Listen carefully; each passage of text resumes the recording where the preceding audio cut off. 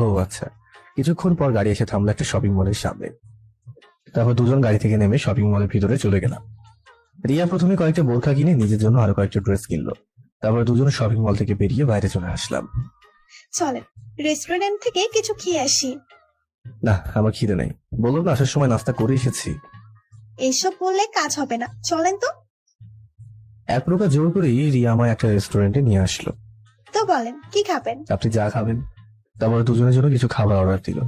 খাওয়া শেষ করে বিল মিটিয়ে দুজন বাইরে চলে আসলাম। তারপর রিয়া তার গাড়ি দিয়ে আমার একটু বাসায় ড্রপ করে দিয়ে চলে গেল। বাসায় ঢুকে রুমে এসে ফ্রেশ হয়ে চলে গেলাম। ফ্রেশ হয়ে বের হতেই দেখি মিলি আমার বিছানায় বসে আছে। এইখানে কিসে চলে এসেছিস? আবার টাকা নেওয়া ধান্দা নাকি? 500 টাকা দাও তো। আমার টাকা পড়ছে নাকি যে তুই বললে তোকে টাকা দিয়ে দেবো? ভাগ এখান থেকে, 1 টাকা পাবি না। এই পিকটা দেখো তো। ওর মোবাইলটা আমার চোখের সামনে এনে বললো। মোবাইলের দিকে তাকিয়ে দেখি রিয়ার গাড়ি থেকে নামার সময় পিকটা তোলা হয়েছে, আর রিয়াকে গাড়ি জানালার কাছে স্পষ্ট দেখা যাচ্ছে। এর মানে কি? মানে হলো তুমি যদি এখন আমায় 500 টাকা না দাও তাহলে এই পিকটা গিয়ে আম্মুকে দেখাবো আর আম্মুকে বলবো তুমি রিয়া আপুর সাথে প্রেম করছো, আর আম্মু আমার কথা বিশ্বাস করে ফেলবে। তারপর তোমার কি হবে ভাবো তো। আরে রিয়াই তো আমায় কল করে বললো ওর সাথে মার্কেটে যেতে। আমি কখন ওর সাথে প্রেম করলাম? এটা শুধু আমি আর তুমি জানি, বাট আম্মু তো জানে না। এখন টাকা দিবা নাকি এই পিকটা গিয়ে আম্মুকে দেখাবো? ও কি বল, আমার বিশ্বাস করার পকেটে 1 টাকাও নেই। প্লিজ এইবারের মতো ছেড়ে দে। আর ওই দিন তো 1000 টাকা নিবি, তাহলে এখন টাকা দিয়ে কি করবি? এই না না, এমন করিস না লক্ষ্মী বোন আমার। এই নে টাকা। প্রেম না করে ও যখন কেউ আমায় প্রেম করছি বলে ব্ল্যাকমেল করে না। উফ, এই যে জ্বালায় শান্তিতে থাকা যাবে। বাইরে দুইটার ভিতরে একটা মিলে জীবনটা তেনা তেনা করে ফেলবে। আর যাবোই বা কোথা ওই দুইটার সাথে? আর যাবোই না কোথাও ওই দুইটার সাথে। এই দুইটাকে কেউ কিডন্যাপ করতে পারবেন? প্লিজ ভিউয়ার্সরা, করলে ওদের কাছে যা পাবেন তাই নিয়ে নেবেন একবারে। রুমে বসে বসে ভাবতে লাগলাম, এইভাবে সারাদিন ঘরে বসে থাকতে আর ভালো লাগছে না। আর সারাদিন বাসায় থাকলে যে কোনো সময় ওই দুইটা এসে ওদের সাথে নিয়ে যাবে। এর চেয়ে ভালো আব্বুর অফিসে গিয়ে একটু সময় দিই, তাহলে কাজের অজুহাত দেখি অন্তত দুইটার হাত থেকে বাঁচতে পারবো। খাবার টেবিলে বসে রাতের খাবার খাচ্ছি, এমন সময় আব্বুকে বললাম, আব্বু তোমাকে কিছু বলার ছিল। কি বলবা বলো। সারাদিন বাসায় বসে থাকতে আর ভালো লাগছে না, তাই ভাবছি এখন থেকে অফিসে গিয়ে একটু সময় দেবো, যদি তুমি বলো। আমি তো আগেই বললাম, তোমার যেটা ভালো মনে হয় সেটাই করো, তোমার ইচ্ছের বিরুদ্ধে আমি কিছুই করব না। ওকে, তাহলে আমি কালকে থেকেই অফিসে যাব। ওকে, কাল সকাল 9টায় রেডি হয়ে থাকিও, একসাথে যাবো না। ওকে। তারপর খাওয়া শেষ করে রুমে চলে আসলাম। রুমে এসে কিছুক্ষণ ফেসবুকিং করে ঘুমিয়ে পড়লাম। পরের দিন সকালবেলা ঘুম থেকে উঠে নাস্তা করে আব্বুর সাথে অফিসে চলে গেলাম। আব্বু আমার সাথে অফিসের সব কর্মচারীদের পরিচয় করিয়ে দিলেন, আর বললেন এই হলো আমার ছেলে আর আপনাদের আগামী বস। হঠাৎ একটা মেয়ের দিকে চোখ পড়তে দেখি সে আমার দিকে হাঁ করে তাকিয়ে আছে। বিষয়টা তো পাত্তা না দিয়ে আমি আব্বুর সাথে ওনার কেবিনে চলে গেলাম। সারাদিন আব্বুর সাথে থেকে অফিসের কিছু কাজ বুঝে নিলাম। সন্ধ্যা হলে আমি আর আব্বু আবারও বাসায় চলে আসলাম। বাসায় এসে ফ্রেশ হয়ে নিচে গিয়ে খাওয়া দাওয়া করে আবার রুমে চলে আসলাম। রুমে এসে মোবাইলটা হাতে নিতেই ফোনে একটা মেসেজ আসলো। মেসেজটা ওপেন করে তো আমি অবাক হয়ে গেলাম। কে এই মেসেজটা দিল? মেসেজে লেখা ছিল, মেয়েদের সাথে অনেক ফুর্তি করছিস তাই না? যা ফুর্তি করার করে নে, কারণ কিছুদিন পর তুই আর কিছুই করতে পারবি না। খুব তাড়াতাড়ি তোর সাথে আমার দেখা হবে, তখন তোকে বোঝাবো মেয়েদের সাথে ঘোরাঘুরির মজা। মেসেজটা দেখে কিছুক্ষণ স্তব্ধ হয়ে বসে রইলাম। ওই দিন যে মেয়েটা আমায় কল করে হুমকি দিয়েছিল না, সেই মেয়ের নাম্বার থেকে এই মেসেজটা এসেছে। না, এই মেয়েটার সাথে কথা বলে দেখতে হবে, কে এই মেয়েটা আর আমার কাছে কি বাঁচায়। কোনো কিছু না ভেবেই দিলাম মেয়েটার নাম্বারে কল, কিন্তু ফোন দেখছি ব্যস্ত দেখাচ্ছে। কিন্তু এখনই তো এই নাম্বার থেকে মেসেজ আসলো, হয়তো মেসেজটা দিয়ে মোবাইলটা অফ করে ফেলেছে। এমন সময় হঠাৎ মোবাইলটা বেজে উঠলো। স্ক্রিনের দিকে তাকিয়ে দেখি মায়া কল করেছে। এই মেয়ে আবার এত রাতে কল দিয়েছে কেন? রিসিভ করে দেখি কি বলে, হ্যালো। ওই কুত্তা, তুই রিয়ার সাথে আজ শপিং মলে গেছিলি কেন? মায়ের মুখ থেকে তুই শব্দটা শুনে অবাক হয়ে গেলাম। তার চেয়েও বেশি অবাক হয়েছি মায়ের মুখে রিয়ার কথা শুনে। মায়া কি করে জানলো যে আমি রিয়াকে নিয়ে শপিং মলে গিয়েছি? আর ওরা তো রেগে আছে কেন? কি হলো, চুপ করে আছিস কেন? কথা বল। মায়া, তুমি এইভাবে কথা বলছো কেন? আর রিয়াকে নিয়ে যে আমি শপিং মলে গিয়েছি এটা তুমি জানলে কি করে? তুই কি করিস না করিস আমি সব জানি। আগে বল, রিয়াকে নিয়ে আজ শপিং মলে গেছিলি কেন? ভালো করে কথা বলো, তুই তো করে করছো কেন? চুপ, একদম চুপ। বাড়তি কথা বলবি না। আমি যা জিজ্ঞেস করছি তার উত্তর দে। রিয়া আমায় নিয়ে গেছে, আমি যাইনি। নিয়ে গেছে মানে? মানে ওই দিন শপিং মলে তোমাকে আর আমাকে সে একসাথে দেখে রাতে ফোন করে জিজ্ঞেস করেছিল আমি তোমার সাথে কি করছিলাম। তারপর ওকে তোমার সাথে কথা বলাতে সে বায়না ধরে আমায় নিয়ে শপিং এ যাবে। আমি প্রথমে না করেছিলাম, বাট সে বললো না গেলেও তোমার মতো বাসায় এসে আমায় নিয়ে যাবে, তাই বাধ্য হয়ে যেতে হলো। কথাগুলো শুনে মায়া কিছুক্ষণ চুপ হয়ে বলল, আচ্ছা, যা হওয়ার হয়েছে। নেক্সট টাইম ওর থেকে দূরে থাকবি। কেন?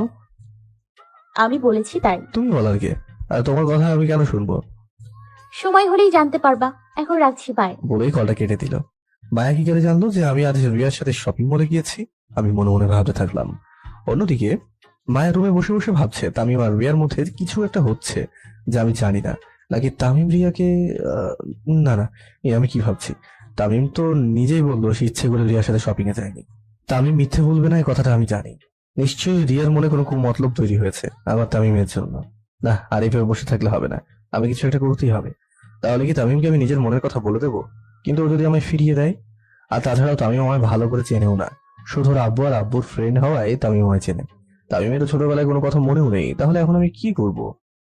মায়া অনেকক্ষণ ধরে ভাবছে কি করা যায়। অবশেষে একটা বুদ্ধি তার মাথায় আসলো। এটাই করতে হবে।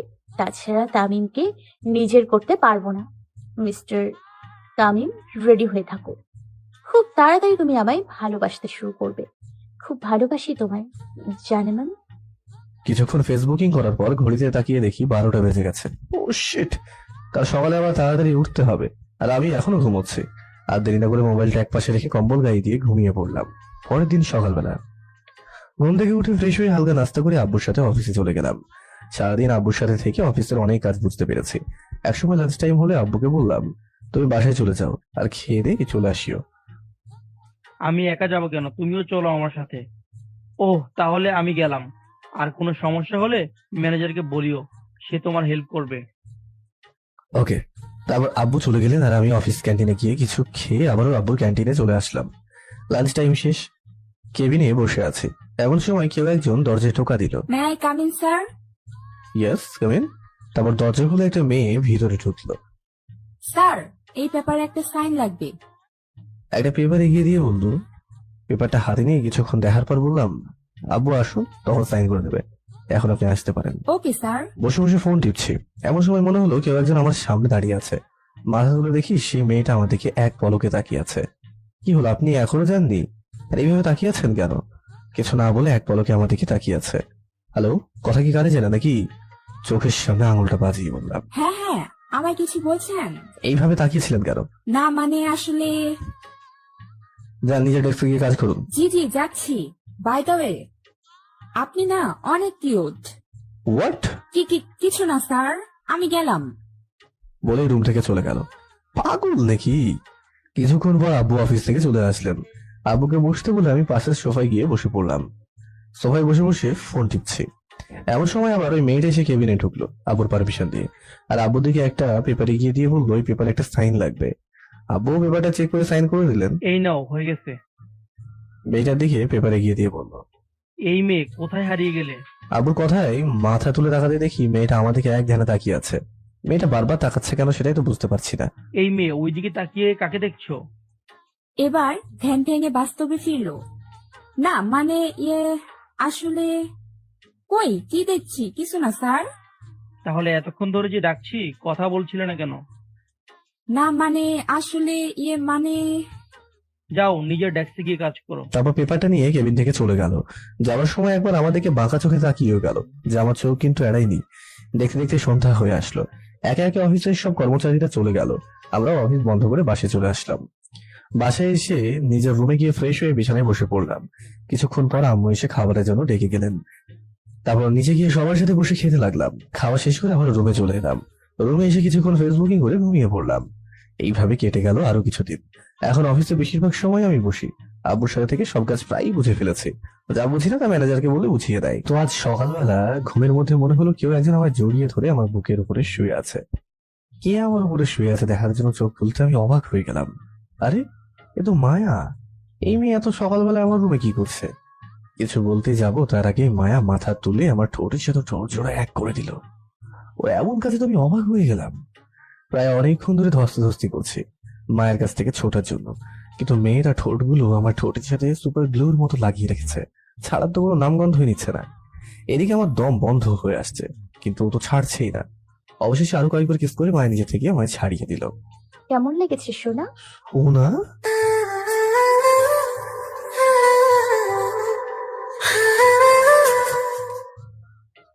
প্রায় অনেকক্ষণ ধরে ধস্তাধস্তি করছি মায়ের সাথে ছোড়ার জন্য, কিন্তু মেয়েটা ঠোঁটগুলো আমার ঠোঁটের সাথে সুপার গ্লুর মতো লাগিয়ে রেখেছে, ছাড়া তো কোনো নামই নিচ্ছে না। এদিকে আমার দম বন্ধ হয়ে আসছে, কিন্তু ও তো ছাড়ছেই না। অবশেষে আরো কয়েকবার কিস করে মায়া নিজে থেকে আমায় ছেড়ে দিল। এত অবাক হওয়ার কি আছে এখানে? বলে দেবে কিসটা কেমন লেগেছে বাবু? বাবু? এই, আমি তো বাচ্চা নাকি যে আমায় বাবু বলছো? তুমি বাচ্চা হতে যাবে কেন? এটা তো তোমায় জাস্ট আদর করে বললাম। কিছুই বোঝে না, দুষ্টু একটা। এই, কি হচ্ছে এসব? আর তুমি এত সকাল সকাল আমার রুমে কি করছো? এটা শুধু তোমার একার রুম না, আমার রুম। সো আমি এখানে যখন তখন আসবো। কি করবা তুমি? তোমার রুম মানে? গাধা একটা। আমাদের বিয়ে হলে তো এটা আমারও রুম হবে। বোঝো না কিছু তুমি, তাই না? আমাদের বিয়ে মানে? কি যাতা বলছো? পাগল হয়ে গেছো নাকি? তবা তবা তবা, আমার কাছে এসে বললো কথাটা। মায়া, এসব যে কি বলছো আমি তো কিছুই বুঝতে পারছি না। আর তুমি এত সকাল সকাল আমাদের বাসায় কি করছো? বাইরে থেকে দরজায় টোকা দিচ্ছে, এটা ভেবে আমার মনে এক প্রকার ভয় শুরু হয়ে গেল। যদি আম্মু হয় আর আমাকে আর মায়াকে একসাথে একই রূপে দেখে ফেলে, তাহলে তো কেলেঙ্কারি হয়ে যাবে পুরো। এদিকে মায়া স্বাভাবিকভাবে আমার উপর থেকে উঠে গিয়ে দরজাটা খুলে দিল। দরজা খোলা মাত্রই মিলি রুমে এসে ঢুকলো। মিলিকে দেখে একটা স্বস্তির নিঃশ্বাস ফেললাম। যাক, তাহলে আম্মু আসেনি।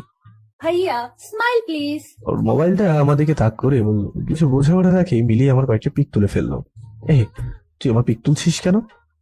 দেখ তো ভাইয়া কেমন হয়েছে। মোবাইলটা আমার চোখের সামনে এনে ধরলো। ভালোই হয়েছে, কিন্তু হঠাৎ পিক তুললি কেন? আরে আগে তোমার ফেসটা ভালো করে তো দেখো। মিলির কথায় মোবাইলের দিকে তাকিয়ে নিজের পিকটা দেখতে লাগলাম। এই কি, আমার ঠোঁট লাল কেন? এই মিলি, আমার ঠোঁট লাল কেন রে? সেটা আমি কি করে জানবো? এতক্ষণ ধরে যে তোমার সাথে ছিল তাকেই জিজ্ঞেস করো। মিলির কথা শুনে মায়ের দিকে তাকাতে দেখি সে মিটমিট করে আমার দিকে তাকিয়ে হাসছে। এই, তুমি হাসছো কেন? আর আমার ঠোঁট লাল কেন? কি লাগিয়েছো আমার ঠোঁটে? যা আমার ঠোঁটে লেগে আছে সেটাই তোমার ঠোঁটে লাগিয়েছি। আমার কানে কানে বললো সে। মানে? একটু আগের ঘটনা মনে নেই? তখনই আমার মনে পড়লো একটু আগে যে মায়া আমায় কিস করেছিল সেই ঘটনাটা। মায়া ঠোঁটের দিকে তাকিয়ে দেখি লাল রঙের লিপস্টিক তার ঠোঁটে লাগানো। তার মানে মায়া যখন আমায় কিস করেছিল তখন তার ঠোঁটে থাকা লিপস্টিক আমার ঠোঁটে লেগে যায়। কিন্তু মিলি হঠাৎ আমার পিক তুললো কেন? এই ভাইয়া কোথায় হারিয়ে গেলে? হ্যাঁ, না মানে তুই আমার পিক তুলেছিস কেন? টাকার জন্য। টাকার জন্য মানে? আমার পিক তুলে তোকে কে টাকা দেবে? কেন তুমি দিবে? আমি কেন টাকা দেবো? আমি কি বলেছি যে তুই আমার পিক তোল? সেটা বলনি, তবে টাকা দিলে এই পিকটা আর আম্মুর কাছে যাবে না, তাই তুমি আমায় টাকা দিবা। তোকে না দিলে এই পিক আম্মুর কাছে যাবে না মানে? মানে হলো আব্বু আম্মু দুজনেই জানে যে মায়া আপু তোমার রুমে এসেছে, আর তোমার ঠোঁটে যে লাল রং লেগে আছে সেটা মায়া আপুর ঠোঁটের লিপস্টিক। এখন তুমি যদি আমায় টাকাটা না দাও তাহলে এই পিকটা দেখে আমি আম্মুকে দেখাবো, আব্বু আম্মুকে দেখাবো। এখন তুমি যদি আমায় টাকা না দাও তাহলে এই পিকটা গিয়ে আমি আব্বু আম্মুকে দেখাবো, তারপর কি বলবো বুঝতেই তো পারছো। আমার কানে কানে বললো। মিলির কথা শুনে আমি ভয়ে গলার টোপ গিলতেই লাগলাম। তার জন্যই পেতনিটা আমার পিক তুলেছে। এই মায়াকে যদি এখন একা পেতাম না তাহলে কি যে করতাম নিজেই জানি না। এখন যদি মিলি এই পিকটা নিয়ে গিয়ে সত্যি সত্যি আম্মুকে দেখিয়ে দেয় আর আমার নামে উল্টো পাল্টা বলে, তাহলে তো সত্যিই আমায় খারাপ ভাববে। কি ভাইয়া এত কি ভাবছো? হ্যাঁ, না মানে বলছি কি, আমার পকেটে না 1 টাকাও নেই, বিশ্বাস কর। ঢং না করে চুপচাপ টাকা দাও, না হলে এই পিকটা সোজা আম্মু আব্বুর কাছে সেন্ড করে দেব। এটা মানি ব্যাগ, চেক করে দেখ, 1 টাকাও নেই। পকেট থেকে মানি ব্যাগটা বের করে মিলির দিকে এগিয়ে দিলাম। কিছু না বলে মানিব্যাগটা নিয়ে চেক করতে লাগলো।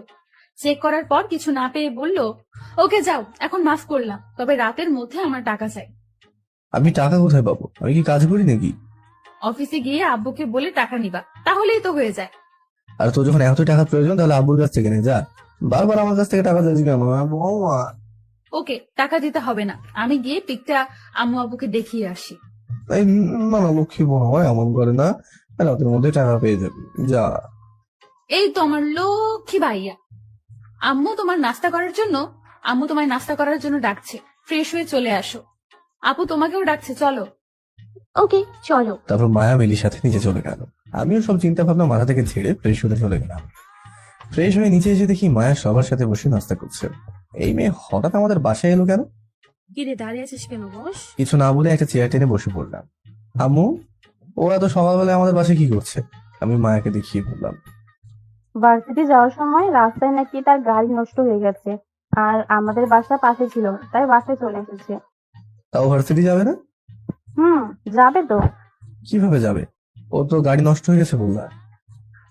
এখন তোর সাথে যাবে। মানে? তোর আব্বুর অফিস যাওয়ার রাস্তায় নাকি মায়ের ভার্সিটি। তুই তোর গাড়ি নিয়ে যাবি, তো যাওয়ার সময় মায়াকে ওর ভার্সিটিতে দিয়ে যাস। হোয়াট দ্য ফাউ কথা! না, আমি ওকে সাথে নিয়ে যেতে পারবো না। আর আমার সাথে তো আব্বু যাবে। তোর আব্বু আর যাবেন না, ওনার শরীর খারাপ। তাহলে আমিও যাবো না। তুই না গেলে অফিস দেখবে কে? ও রিক্সা করেও তো যেতে পারে, আমাকে কেন নিয়ে যেতে হবে? থাক আন্টি, আমি রিক্সা করেই যেতে পারবো, ওকে আর কষ্ট করতে হবে না। তুই চুপ থাকতো। আর তুই তো অফিসে যাবি, তাহলে মায়াকে সাথে নিয়ে গেলে কি? আরে আমি তুই কিন্তু আমার সাথে তর্ক করতেছিস। কে কার সাথে তর্ক করতেছে শুনি?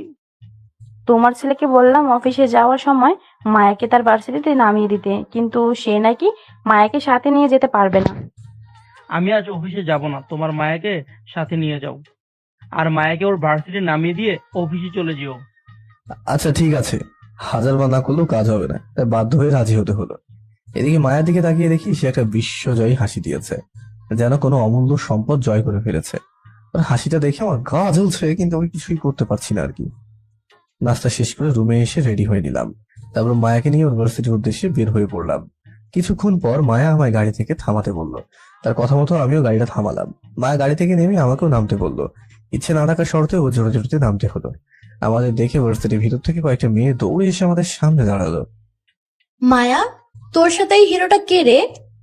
মেয়েগুলোর মধ্যে একটা মেয়ে বলল, দেখতে কি কিউট রে ছেলেটা, তোর বয়ফ্রেন্ড নাকি? দাঁড়া, ওর সাথে তোদের পরিচয় করিয়ে দিচ্ছি।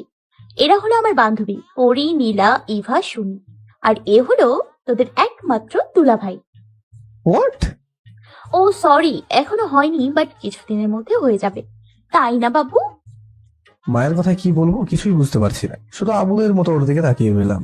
কি হলো, এভাবে তাকিয়ে আছো কেন? সকালের ইয়েটা আবার খেতে ইচ্ছে করছে বুঝি? আমার কানের কাছে ওর মুখ এনে বলল। মায়ের কথা শুনে একটা রাগী লোক নিয়ে ওর দিকে তাকালাম। দুজনের মধ্যে কি কানাকানি হচ্ছে? ও ও তুই বুঝবি না, এটা আমাদের পার্সোনাল ব্যাপার। এই চল না, সবাই মিলে আজ দুলা ভাইয়ের সাথে কোথাও ঘুরতে যাই। না, আমার অফিসে দেরি হয়ে যাচ্ছে, আমি গেলাম। এই চল আমরা ক্লাসে যাই। এমনিতে ওর অফিসে দেরি হয়ে যাচ্ছে, ওকে যেতে দে। অন্য একদিন না হয় সবাই মিলে কোথাও ঘুরতে যাব। আর বাবু তুমি সাবধানে যেও, কেমন? কিছু না বলে গাড়িতে উঠে গাড়িটা স্টার্ট দিয়ে অফিসে চলে আসলাম। তারপর সোজা নিজের ডেস্কে গিয়ে বসে বসে কথা ভাবতে লাগলাম। মায়ার মেয়েটা সব কি শুরু করেছে আমার সাথে, কি চায় ও? সকালে রুমে এসে তারপর এখন আবার তার বান্ধবীদের কাছে আমায় দুলাভাই বানিয়ে দিল। মায়া তো আগে এমন ছিল না, হুট করে ওর যে কি হলো কিছুই তো বুঝতে পারছি না। কি রে মায়া, তোর গাড়ি কোথায়? গাড়ি আনি নাই। আরে তোদের কেন? দুলাভাইয়ের সাথে আসবো বলে গাড়ি আনি নাই, তবে ড্রাইভারকে বলে রেখেছি ইউনিভার্সিটি ছুটি হলেই সে যেন এসে আমায় নিয়ে যায়। ওহ আচ্ছা, তাহলে চল ক্লাসে যাই। চল। হ্যাঁ, মায়া আজ ঠিকই গাড়ি নিয়ে এসেছিল, তবে মাঝে রাস্তায় এসে মনে করলো আজ একটা বাহানা করে তামিমের সাথে দেখা করলে মন্দ হয় না। দেখাও হয়ে গেল, আর তামিমের সাথে ভার্সিটিতেও চলে এলাম। তাই মায়া গাড়ি নষ্টের মিঠা নাটক করে। সারাদিন অফিসের কাজ করতে করতে কখন যে লাঞ্চ টাইম হয়ে আসলো খেয়ালই করিনি। তাই অনেক খিদ লেগেছে। কাজ রেখে অফিস ক্যান্টিনে গিয়ে কিছু খেয়ে আবার ডেস্কে চলে আসলাম। এইভাবেই অফিসের দিনটা কেটে গেল। সন্ধ্যা হলে অফিস বন্ধ করে বাসায় চলে আসলাম। বাসায় এসে রুমে গিয়ে ফ্রেশ হয়ে চলে গেলাম। ফ্রেশ হয়ে বের হয়ে দেখি শাকচুন্নিটা বিছানায় বসে আছে। কই আমার টাকাটা দাও। যেভাবে বলছে মনে হচ্ছে আমি এই বাসার ভাড়াটিয়া আর ওই বাসার মালিক এখন আমার কাছ থেকে বাসা নিতে এসেছে। কি হলো, টাকা দাও। এনে টাকা, আর ওই পিকটা ডিলিট কর। জানতাম বাসায় আসলে টাকার জন্য ব্ল্যাকমেইল করবে, তাই আব্বুকে বলে অফিস থেকে কিছু টাকা নিয়ে এসেছি। কত ভালো আমার ভাইয়াটা, টাকা চাইলেই দিয়ে দেয়। দোয়া করি সবার কপালে যেন তোমার মতো একটা ভাই জুটুক। আমার গাল টেনে বলল, আমিও দোয়া করি সবার কপালে যেন তোর মতো শাকচুন্নি মার্কা বন্ধ জুটুক। তোমার দোয়া কবুল হোক, কারণ আমি শুধু একটি যা শুধু তোমার কপালেই পড়েছি। কত ভাগ্য তোমার যে আমার মতো একটা বোন পেয়েছো। তার জন্য জীবনটা এখন তেজপাতা হয়ে আসছে। চিন্তা করো না, আমি থাকতে তোমার জীবন তেজপাতা হবে না। তুই যাবি আমার রুম থেকে? যাচ্ছি এই মেয়ে কি সত্যি আহা, সত্যি আমার কি বোন নাকি চকচকে ছোটবেলায় নোট। আব্বা আম্মাকে কুড়িয়ে বলতে পেয়েছেন? বলতে রুম থেকে চলে কোনো গেল। মেয়ে হয়তো তার বয়ফ্রেন্ডের কাছ থেকেও এত টাকা নেয় না যতটা এই মেয়ে আমার নিজের বোন হয়ে নিচ্ছে। অভিশাপ দিলাম তোকে, জীবনে অত সুখী হতে পারবি না এই গরিবের টাকা মেরে। মানে অ্যাক্টিংটা কি বেশি করে ফেলছি? না ঠিকই হচ্ছে মনে হয়। কিছুক্ষণ পর আম্মু এসে রাতের খাবারের জন্য রেখে গেলেন। আমিও নিচে এসে সবার সাথে বসে খাবার খেতে লাগলাম। খেয়ে দিয়ে আবার আমি রুমে আসতেই দেখি ফোনের স্ক্রিনে আলো জ্বলছে। মোবাইলটা হাতে নিয়ে দেখি রিয়া কল করেছে। কোনো কিছু না ভেবেই কলটা রিসিভ করলাম। আসসালামু আলাইকুম। ওয়ালাইকুম আসসালাম, কি করছেন? এই তো খেয়ে রুমে আসলাম মাত্র। আপনি? শুয়ে আছি। ও, খাওয়া দাওয়া করেছেন? অনেক আগেই। তা হঠাৎ কল দিলেন যে, কোনো কাজ আছে নাকি? কেন, দরকার ছাড়া কি কল দিতে পারি না? আরে সেটা কখন বললাম? আমার তো তাই মনে হচ্ছে। আচ্ছা বাদ দেন এসব কথা। আপনি তো দেখছি আমায় ভুলে গেছেন। এতদিন হলো একটা কলও দিলেন না। তাহলে সারাদিন অফিসে থাকি তো, তাই কাজের চাপে এসব মনে থাকে না। অফিসে মানে? আপনি চাকরি করছেন নাকি? আরে না, আবুর অফিসে এখন আমি বসি। আবুর শরীর তো তেমন একটা ভালো নেই, তাই আমাকে অফিস সামলাতে হয়। ও, তা কালকেও অফিসে যাবেন তাই না? হ্যাঁ, অফিসে না গেলে তো হবে না, তাই না? যেতেই হবে। আপনাদের অফিসের ঠিকানা দেন তো। কেন, কি করবেন? উফ, দিতে বলছে দেন, বাড়তি কথা বলেন কেন? এখানেই আমাদের অফিস। ওকে, তাহলে কাল দেখা হবে। এখন তাহলে রাখি। বলেই কলটা কেটে দিল। আচ্ছা, কাল দেখা হবে মানে? যা, কলটা কেটে দিয়েছে। আমিও 7-5 না ভেবে মোবাইলটা একপাশে রেখে ঘুমিয়ে পড়লাম। পরের দিন সকালবেলা ঘুম থেকে উঠে ফ্রেশ হয়ে হালকা নাস্তা করে অফিসে চলে আসলাম। অফিসের কাজ করতে করতে একসময় লাঞ্চ টাইম চলে আসলো। চেয়ার থেকে উঠে ক্যান্টিনে যাব এমন সময় পিয়ন এসে বলল, স্যার আপনার সাথে দেখা করার জন্য একটা মেয়ে এসেছে। মেয়ে? তা আমার সাথে দেখা করার জন্য? কে সেই মেয়েটা? আমি ঠিক জানি না স্যার, নাম জিজ্ঞাসা করলে রিয়া না কি যেন একটা বললো স্যার। রিয়া? ও হঠাৎ অফিসে আসলো কেন? ওকে, ওনাকে আমার কেবিনে নিয়ে আসেন। পিয়ন চলে গেল। কিছুক্ষণ পর রিয়া এসে কেবিনে ঢুকলো, হাতে একটা টিফিন বক্স নিয়ে। কি করছেন? কই, কিছু না তো। আপনি হঠাৎ এখানে আসলেন যে? আপনার সাথে তো অনেকদিন ধরে দেখা হচ্ছে না, তাই ভাবলাম একটু দেখা করে আসি। ও, তা আপনি দাঁড়িয়ে আছেন কেন? বসুন বসুন। আর আপনার হাতে টিফিন বক্স কেন? ভাবলাম দেখা করতে যাচ্ছি যখন আপনার জন্য কিছু নিয়ে যাই। আর তাছাড়া এখন তো লাঞ্চ টাইমও হয়ে গেছে। আরে এইসব আপনাকে কে আনতে বলেছে? কেউ বলে নাই, আমি নিজের ইচ্ছাতেই এনেছি। তারপর রিয়া ওর ব্যাগ থেকে 2টা ছোট প্লেট বের করে টেবিলে রাখলো আর টিফিন বক্সের খাবারগুলো প্লেটে ঢেলে দিল। খাবারগুলো দেখেই তো আমার জিভে জল চলে আসলো, কারণ খাবারটা যে প্রিয় বিরিয়ানি। নাও এবার হাত ধুয়ে এসে খাওয়া শুরু করো। কোনো কিছু না ভেবে কেবিনের ওয়াশরুম থেকে হাত ধুয়ে এসে খেতে শুরু করলাম। আহা, কি টেস্ট, দারুণ। আপনারা নজর দিয়েন না, নাহলে কিন্তু খুব খারাপ হবে বলে দিলাম। কেমন হয়েছে বললেন না তো? অনেক ভালো হয়েছে। কে রান্না করেছে এটা? কে আবার? আমি করেছি। সত্যি? বাহ, আপনি তো খুব ভালো বিরিয়ানি রান্না করতে পারেন।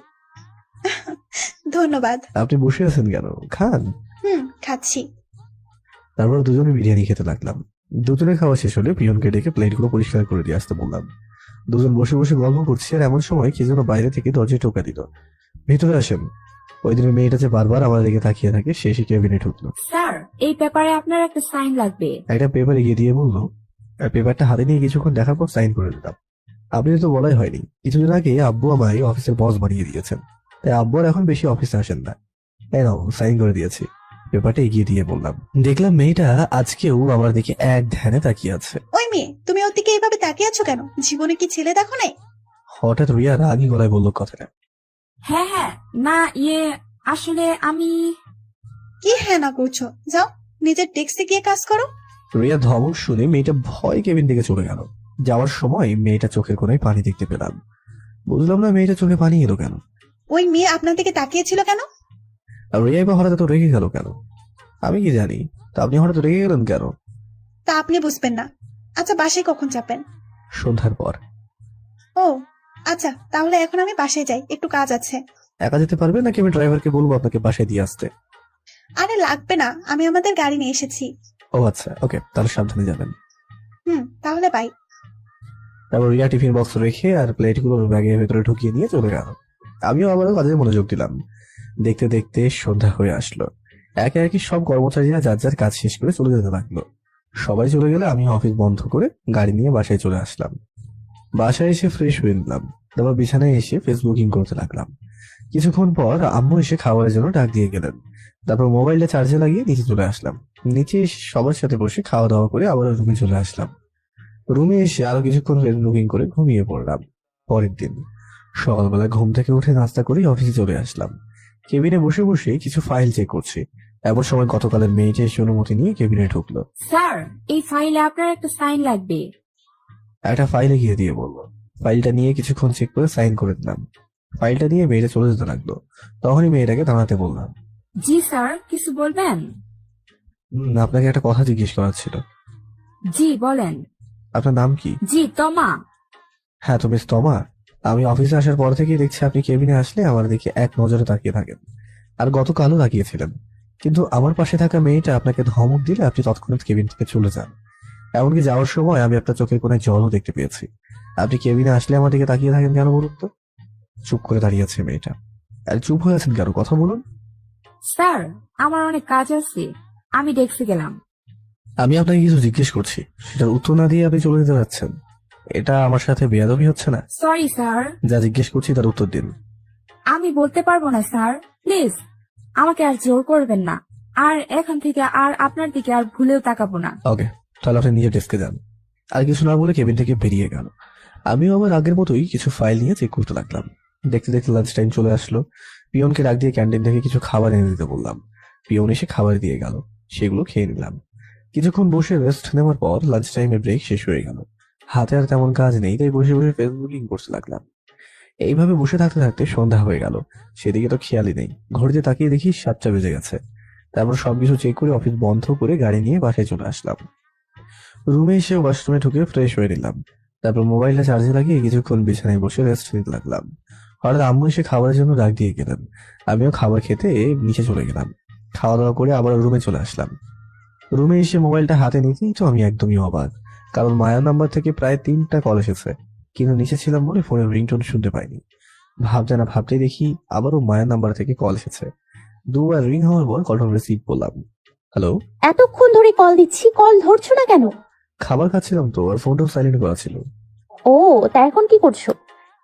রুমের মধ্যে বসে আছি, আর কি বা করবো। একা একা বোরিং লাগছে তাই না বাবু? দেখো মায়া, এইসব বাবু টাবু শুনতে না আমার একদমই ভালো লাগে না। আর তোমার হঠাৎ কি হয়েছে বলো তো?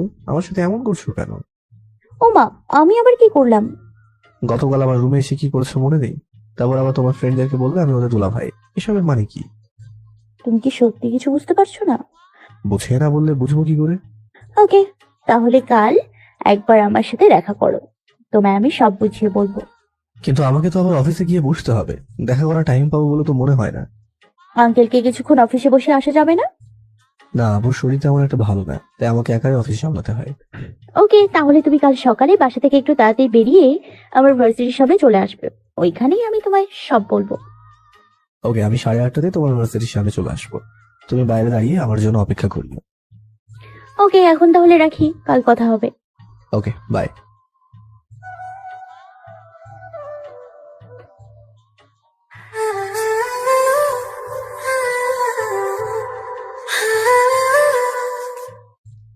তারপর কলটা কেটে দিয়ে ভাবতে লাগলাম মায়ার কথা।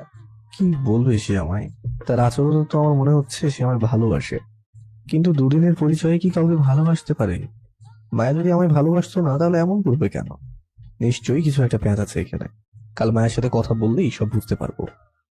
সারাদিন অফিসে যাবে, শরীরটা ভীষণ ক্লান্ত লাগছে। আপাতত এখন ঘুমিয়ে পড়ি, না হলে পরে আবার ঘুম আসবে না। বিছানা ঠিকঠাক করে ঘুমোতে যাবো এমন সময় মোবাইলটা বেজে উঠলো। হাতে নিয়ে দেখি একটা আননোন নাম্বার থেকে কল এসেছে। প্রথমে ভাবলাম ধরবো না, হয়তো রং নাম্বার হবে। পরে কি মনে করে কলটা রিসিভ করে ফেললাম। হ্যালো। ওই কুত্তা, ওই তুই এত মেয়েদের সাথে ঘেঁষাঘেঁষি করিস কেন? হ্যাঁ, তুই তো আগে এমন ছিলি না, দেশে এসে খুব পাল্টে গেছিস দেখছি। আমার আর বুঝতে বাকি রইল না যে এটা ওই দিনের মেয়ের নাম্বার, যে আমায় মেয়েদের সাথে কথা বলার হুমকি দিয়েছিল। না, আর জেনেই ছাড়বো এর পরিচয় কি আর কি চায় আমার থেকে, আর কেনই বা আমায় মেয়েদের সাথে কথা বলতে ফোন করে হুমকি দেয়। ওই ছ্যামরা, কথা বলিস না কেন? অন্য মেয়েদের সাথে তো ভালোই কথা বলতে পারিস, আর আমার সাথে কথা বলার সময় ভাব দেখাস। হ্যাঁ, এই কি আপনি? আপনার পরিচয় দেন তো। আর আমি মেয়েদের সাথে কথা বললে আপনারই বাকি। আমারই তো সব কারণ। এখন না, এখন কিছু বলবো না, সময় আসুক তখন সব বলবো। আর কি বললি? আমার পরিচয় দিব? পরিচয় তো এখন দেওয়া যাবে না শোনা। যেদিন তোর সাথে আমার দেখা হবে সেদিন আমার পরিচয় পেয়ে যাবি। তবে আমি তোমার খুব কাছের একজন। মানে কি? আমি কি আপনার কোনো ক্ষতি করেছি নাকি যে আমার পিছনে লেগে আছেন? আর আপনি আমার নাম্বার পেলেন কোথায়? আমি কার সাথে কথা বলি কি বলি না এটা আপনি জানেন কি করে? তোর আশেপাশে আমার লোক লাগিয়ে রেখেছি, ওরা আমায় তোর ব্যাপারে সবকিছু বলে। তুই কি করিস, কার সাথে কথা বলিস। খুব শীঘ্রই আমাদের দেখা হচ্ছে মিস্টার তামিম। এই কয়েকদিন যা করার করে নাও, তারপর সবকিছুর শাস্তি একেবারে দিব। হ্যালো হ্যালো, কলই কেটে দিয়েছে। সাথে সাথে মেয়েটার নাম্বারে কল দিলাম, কিন্তু ফোনটা বন্ধ দেখাচ্ছে। বিছানায় বসে বসে ভাবতে লাগলাম কে হতে পারে এই মেয়েটা। এত কি লাভ, সময় হলে তো মেয়েটা নিজে আমার সামনে আসবে। তাহলে এখন প্রেশার নিয়ে লাভ নেই, অনেক রাত হয়েছে, এখন বরং ঘুমিয়ে পড়ি। তারপর কম্বলটা গায়ে জড়িয়ে ঘুমিয়ে পড়লাম। পরের দিন সকালবেলা খুব তাড়াতাড়ি ঘুম থেকে উঠে পড়লাম।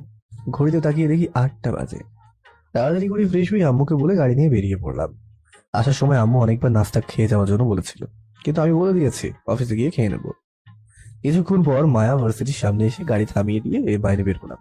দেখলাম মায়া ওর বান্ধবীদের নিয়ে ভার্সিটির গেটের কাছে দাঁড়িয়ে আছে। আমাকে দেখেই মায়া ওর বান্ধবীদের নিয়ে আমার দিকে আসতে লাগলো। মায়া ওর সাথে ওর বান্ধবীদের নিয়ে আসছে কেন? নাকি গতকাল আমায় ও মিথ্যা বলেছিল, যাতে করে আজ ওর সাথে দেখা করি? আমি মনে মনে ভাবতে লাগলাম। আরে দুলা ভাই যে, তা হঠাৎ কি মনে করে আমাদের দেখতে আসলেন? না আসলে ও, বুঝেছি। ওই দিন আমাদের নিয়ে ঘুরতে যাননি বলে আজ আমাদেরকে নিয়ে ঘুরতে যাওয়ার জন্য এসেছেন, তাই না? কিছু না বলে মায়াকে ইশারায় কিছু বলতে বললাম। আরে তোরে কি শুরু করেছিস এসব? ওর সাথে আবার কিছু কথা আছে, তাই ওকে আজ এখানে আসতে বলেছি। কি কথা শুনি? এইসব তোদের বলা যাবে না, তোরা এখানে থাক, আমরা কথা বলে আসছি। এই আসো আমার সাথে। বলেই আমার হাত ধরে একটা নির্জন জায়গায় নিয়ে আসলো। তা বলো, তুমি আমার সাথে এমন করছো কেন? জানতে চাও? আগে বলো, কথাগুলো শুনলে আমায় অবিশ্বাস করবে না? আরে আরে আগে বলবো তো, না শুনে কিভাবে বলবো? তোমার কি ছোটবেলার কোনো কথাই মনে নেই? ছোটবেলা বলতে ঠিক মনে পড়ছে না, তুমি বলো কোন কথা। যখন আমরা ক্লাস 1-এ পড়তাম তখনকার কথা। না আমার মনে নেই। আরে তো আগের কথা মনে করে কি করব? তুমি আমায় যা বলার জন্য এখানে এনেছো সেটা বলো আগে। ওকে শোনো, মনে আছে আমি আর তুমি তখন ক্লাস 1-এ পড়তাম। প্রতিদিন আমরা একসাথে স্কুলে যেতাম আর আসতাম। আমরা দুজন সবসময় একসাথে খেলা করতাম, এমনকি মাঝে মধ্যে একসাথে খাবারও খেতাম। কিন্তু হঠাৎ আব্বুর ট্রান্সফার হওয়ায় আমরা তোমাদের থেকে দূরে চলে যাই। সেদিন বিকেল বেলা তুমি আমাদের বাসায় এসে আমায় জড়িয়ে ধরে অনেকক্ষণ কেঁদেছিলে, সাথে আমিও কেঁদেছিলাম। তারপর আমার একটা ছোট্ট ডায়েরি দিয়ে বলেছিলে, এখানে আমাদের দুজনের কিছু ছবি আছে, যদি কখনো আমার কথা মনে পড়ে তাহলে ডায়েরিটা খুলে দেখিও। আর ডায়েরিটার শেষ পাতায় তুমি কি যেন লিখেছিলে, যা পড়ে আমি রাতে অনেক হেসেছিলাম, সাথে একটু কেঁদেও ছিলাম। কিন্তু তখন আমি বুঝিনি যে তুমি আমায় ভালোবেসে এসব লিখেছিলে। যখন আমরা অন্য জায়গায় গিয়ে বাসা ভাড়া নিই তখন তোমাকে আমি খুব মিস করতাম। তারপর আস্তে আস্তে আমরা দুজন বড় হতে লাগলাম। তুমি সবকিছু ভুলে গেলেও আমি কিছুই ভুলিনি। সেই মিস করা থেকে তখনই তোমার প্রতি আমার একটা ভালোবাসার জন্ম নেয়। এরপর আস্তে আস্তে তোমাকে নিয়ে আমি ভালোবাসার স্বপ্ন দেখতে শুরু করি। তারপর হঠাৎ একদিন আব্বুর মুখ থেকে শুনলাম তুমি নাকি পড়াশোনার জন্য বিদেশ চলে যাচ্ছ। কথাটা শুনে একটু কষ্ট পেলেও মনে মনে তোমার জন্য এই দোয়াই করেছি, তুমি যেন বিদেশে গিয়ে প্রতিষ্ঠিত হয়ে দেশে ফিরতে পারো। এরপর থেকে মাঝে মধ্যেই তোমাদের বাসায় গিয়ে তোমার আম্মুর কাছ থেকে তোমার খোঁজ খবর নিতাম। এইভাবে অনেক বছর কেটে গেল। হঠাৎ একদিন শুনলাম তুমি নাকি দেশে আসছো। সেই থেকে আমার আর রাতে ঘুম হতো না তোমার জন্য। শুধু ভাবতাম কখন আসবে তুমি, আর কখন তোমায় আমি নিজের মনের জমানো কথাগুলো বলবো। অবশেষে তুমি দেশে আসলে। ওই দিন আমি আমার এক বান্ধবীর বোনকে এয়ারপোর্টে ড্রপ করতে এসেছিলাম আমার বান্ধবীর সাথে। সেদিনে আমি তোমার এয়ারপোর্টের মধ্যে দেখে খুশিতে গিয়ে জড়িয়ে ধরি, কারণ তোমার বোন আমায় তোমার কয়েকটা ছবি দেখিয়েছে, যা তুমি ইংল্যান্ডে থাকাকালীন তোমার বোনকে পাঠিয়েছিলে। কিন্তু তুমি ওই দিন আমার সাথে যা ব্যবহার করলে তাতে আমি খুব কষ্ট পেয়েছিলাম। ভাবতেও অবাক হয়েছিলাম যে তুমি আমাকে দেখেও চিনতে পারলে না। তার পরের দিন আব্বু আম্মুর সাথে তোমাদের বাসায় গেলে তোমার আম্মু তোমায় আমার সাথে পরিচয় করিয়ে দিলে, তুমি আমায় চিনবে। তারপর আমাদের মধ্যে এই জিয়া মেয়েটা আসলো। ওর ভাবসাব আমার কাছে সুবিধা মনে হচ্ছিল না, আর তুমি ওর সাথে ফ্রি মাইন্ডে মিশতে লাগলে। তাই আমার ভয় হতে লাগলো তোমায় নিয়ে, যদি তোমায় হারিয়ে ফেলি। এই জন্যই আমি ঠিক করলাম তোমার উপর জোর খাটিয়ে ভালোবাসাটা আদায় করে তোমায় সব মনে করিয়ে দিব। এক নাগাড়ে কথাগুলো বলে গেল মায়া, এবং বলে চুপ হয়ে গেল। মায়ের কথা শুনে স্তব্ধ হয়ে দাঁড়িয়ে আছে। কি বলবো নিজেই বুঝতে পারছি না। ওর কথাগুলো কেন জানি বিশ্বাস হচ্ছে না, কিন্তু আমার তো এইসবের কিছুই মনে নেই। সত্যি তোমার কিছুই মনে পড়ছে না? না, মনে করাও লাগবে না, এখন থেকে শুধু আমাকে ভালোবাসলেই হবে। কি ভালোবাসবে না আমায়? এইসব কি বলছো? আমি তোমায় কখনো এভাবে ভাবিনি। সরি, আমি পারবো না। না ভাবলেও এখন থেকে ভাববে। আর আমি তোমায় সত্যি মন থেকে ভালোবাসি, শুধু তাই নয়, সেই ছোটবেলা থেকেই তোমায় ভালোবেসে এসেছি।